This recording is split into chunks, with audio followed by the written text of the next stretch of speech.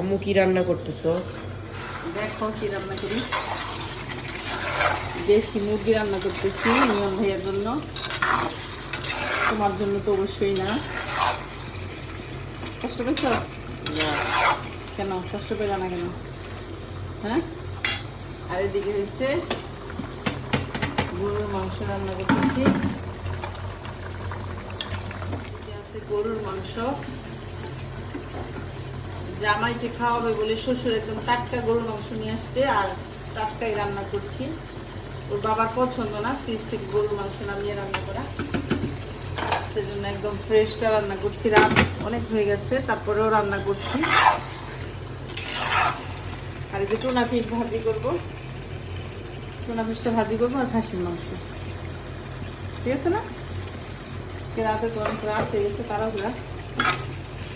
আর চিকেনটা একটু ঝাল করে রান্না করতেছি, কারণ বেশ মানে 2-3 দিন হচ্ছে খালি রোস্ট খাওয়া হচ্ছে। আজকে একটু ঝাল করে রান্না করতেছি। কি করে শ্বশুরের পছন্দ মতো মেয়ের জামাইকে রান্না করে খাওয়াতে খাওয়াতে আজকে অনেক রাত হয়ে গেল। এই তো সবার জন্য টেবিলে খাবারটা সার্ভ করে দিলাম। আজকের রাতের খাবারে আছে গরুর মাংস, খাসির মাংস, মুরগির মাংস, টুনা ফিশ ভাজি করে নিয়েছি। সবাই আমার মেয়ে এবং মেয়ের জামাইয়ের জন্য দোয়া করবেন, যেন ওরা দাম্পত্য জীবনে অনেক বেশি সুখী হয়, কারোর বদনজর যেন না লাগে। যারা আমার শত্রু আছেন, আমাকে অনেকেই পছন্দ করেন না, তাদের কাছেও আমি চাইছি যে আপনারাও দোয়া করবেন আমার মেয়ের জন্য আর মেয়ের জামাইয়ের জন্য।